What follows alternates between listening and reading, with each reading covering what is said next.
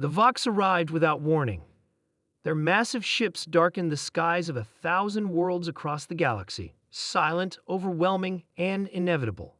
The message they broadcast was always the same: surrender or face extinction. For 3 centuries, no civilization had chosen the latter option. The Vox conquest was regarded as a mathematical certainty throughout the known universe. Their technology was centuries beyond anyone else's. Their tactics were flawless. Their determination was absolute. Captain James Miller stared at the holographic representation of Earth's defenses and grimaced. Humanity had united quickly when the Vox appeared at the edge of the solar system, but unity alone wouldn't save them.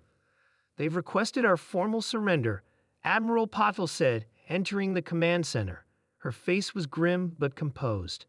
Every other species in the coalition accepted their terms within 48 hours. Miller nodded. The Galactic Coalition had been humanity's introduction to interstellar politics 30 years ago. 17 species, hundreds of worlds, all now under Vox control. "What are we looking at if we fight?" he asked. "Based on Coalition intel, total defeat within 72 hours, Pothole replied. "Their ships can neutralize our weapon systems remotely. Their shields can withstand nuclear strikes. They've never lost a direct engagement." Miller studied the tactical display. "So why haven't they just taken us already?" "That's not how they operate. The Vox consider themselves enlightened conquerors. They demand surrender first, always. It's part of their belief system." "What happens to species that surrender?" "They become client states. Heavy resource taxation, military occupation, cultural restrictions. But no genocide and no slavery. The Vox maintain they're bringing order to a chaotic galaxy." Miller sat back, thinking, "And if we refuse? Then we'd be the first in 300 years to do so." The United Earth Council met in emergency session beneath the Alps. Representatives from every nation debated for hours, while Vox ships hovered silently above major cities. "We should surrender," the Brazilian delegate insisted. "Look at the coalition races. They survive under Vox rule. The Talarians, the Grecs, even the militaristic Orc. As vassals," countered the Nigerian representative. "As subjects who've given up their self-determination." "Better vassals than extinct," shouted someone else. In the end, they voted. The decision was narrow. Earth would not surrender. The Vox commander, designated Supreme Arbitrator Kell, received the message with something approximating confusion. In 274 standard cycles of expansion, this had never happened. "They refuse?" Kell asked the communications officer. "Yes, Supreme Arbitrator. The humans have formally declined our terms of surrender." Kell's 4 eyes blinked in sequence, sign of deep thought among the Vox. "Have they not understood our capabilities, our inevitable victory?" "They appear to understand, Supreme Arbitrator. They simply reject submission." "Fascinating," Kell said. "Prepare the standard preliminary strike package. Perhaps a demonstration will change their position." The Vox struck 3 uninhabited areas: the Sahara, the Australian outback, and Antarctica.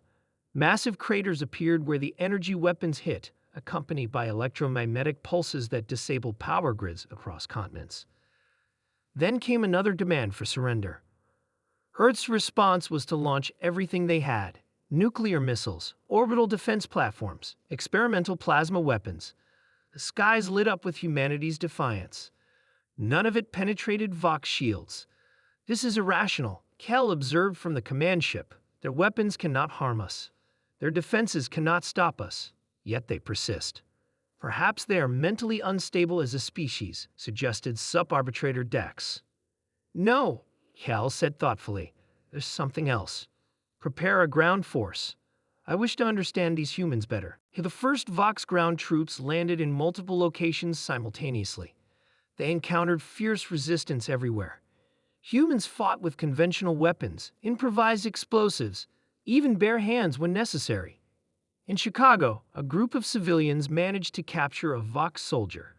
In Berlin, resistance fighters discovered a weakness in Vox armor joints. In Lagos, engineers reverse-engineered parts of a damaged Vox shell. Small victories amid overwhelming defeat, but humanity shared each discovery globally. They adapted quickly. The Vox were puzzled. Their casualties mounted, something that hadn't happened in centuries of conquest. They cannot win, Kel stated in the War Council. Yet they will not surrender. It defies all rational analysis. Their behavior suggests a death wish, said Military Director Tull. We should oblige them. No, Kel replied.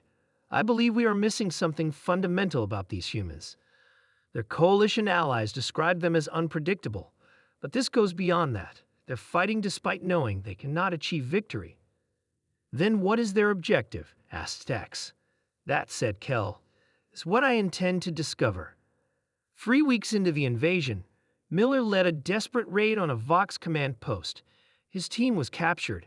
He was brought before Kel for interrogation. Why do you continue to resist? Kel asked without preamble. Miller, bruised and exhausted, looked up at the towering four-eyed alien. Because we're free. Freedom is an abstract concept. Your people are dying for an abstraction. No, Miller shook his head. We're dying for each other. For the right to choose our own path, even if that path leads to our end. Kel studied him. You would rather be extinguished than ruled. We would rather fight for a 1% chance of victory than accept a 100% chance of subjugation. Kel was silent for a long moment. In 3 centuries of conquest, we have never encountered this perspective. Then you've never met humans before, Miller said. The war continued for months longer than any Vox model had predicted. Humans lost every major engagement but won enough minor victories to maintain resistance. They adapted to Vox tactics. They salvaged Vox technology. They refused to break. Finally, Kel requested a meeting with Earth's leaders. You cannot win this war, Kel stated flatly. We know, Admiral Pato responded, but we won't surrender. Then we have reached an impasse, Kel said. For the first time in Vox history, conquest appears inefficient. Pato leaned forward. Are you proposing an alternative? Perhaps, Kel said. Your species has demonstrated qualities the Vox find unexpected. Valuable, even.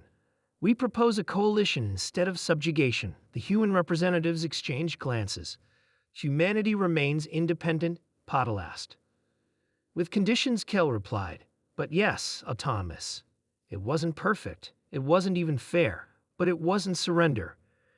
And in the annals of galactic history, it was recorded as the first time the Vox conquest machine had ever stopped. Because humans, unlike every other species in the galaxy, simply refused to give up.